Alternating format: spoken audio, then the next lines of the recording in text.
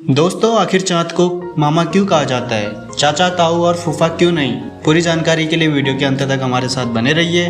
दोस्तों, आपने अब तक कई बार आसमान में चाँद को निकलते हुए देखा होगा। चाहे वो चाँद पूर्णिमा का हो या फिर अमावस्या का, आपने उसे हर प्रकार के आकार में देखा होगा। हालांकि आज हम आपसे चाँद से जुड़ा एक बेहद खास सवाल पूछने वाले हैं, और वो यह है कि आखिर क्यों चाँद को मामा कहा जाता है।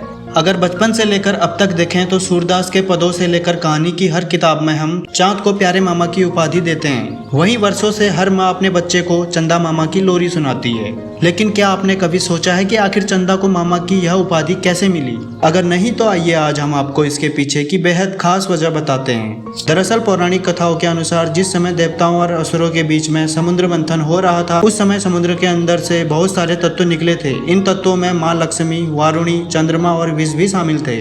समुद्र मंथन से निकलने के बाद लक्ष्मी जी भगवान विष्णु के पास चली गई थी, इसीलिए उनके बाद निकलने वाले सभी तत्वों को उनके छोटे भाई और बहन की उपाधि दी गई।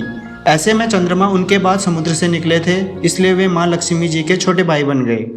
वहीं हिंदू मान्यताओं के अनुसार लक्ष्मी जी को हम अपनी माता मानते हैं, तो ऐसे में उनके छोटे भाई हमारे मामा बन गए। इसी कारण से चाँद या चंदा को मामा कहा जाता है।